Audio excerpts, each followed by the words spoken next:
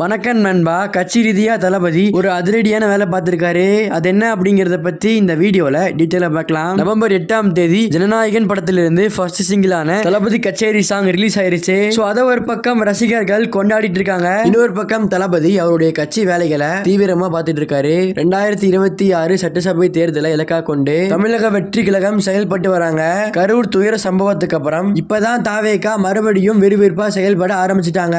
ஒவ்வொரு நாளும் தமிழக வெற்றி கழகத்தோட செயல்பாடுகள் தீவிரப்படுத்தப்படுது. ஒரு பக்கம் நாகையில மீனவர்கள் பிரச்சனைக்காக உண்ணாவிரதம், கோவை பெண்ணிற்கு நடந்த கொடூர சம்பவத்திற்காக ஆர்ப்பாட்டம். இன்னொரு பக்கம் தமிழக வெற்றி கழகத்திற்கான சின்னத்தை தேர்தல் ஆணையத்திடம் வாங்குறதுக்கான நடவடிக்கைகளும் இப்ப நடந்துகிட்டு இருக்கு. இப்படி தமிழக வெற்றி கழகத்தோட அரசியல் செயல்பாடுகள் வேகம் அடைஞ்சிருக்கு அப்படின்னு தான் சொல்லணும். இப்படிப்பட்ட சூழல்ல தளபதி மறுபடியும் மக்கள் சந்திப்பு பயணங்களை மேற்கொள்ள இருக்கிறதா ஒரு அப்டேட் கிடைச்சிருக்கு. அது மட்டும் இல்லாம மாவட்ட செயலாளர்களை ஃபுல் வீடியோ லிங்க் டிஸ்கிரிப்ஷன்ல இருக்கு, மறக்காம போய் பாருங்க.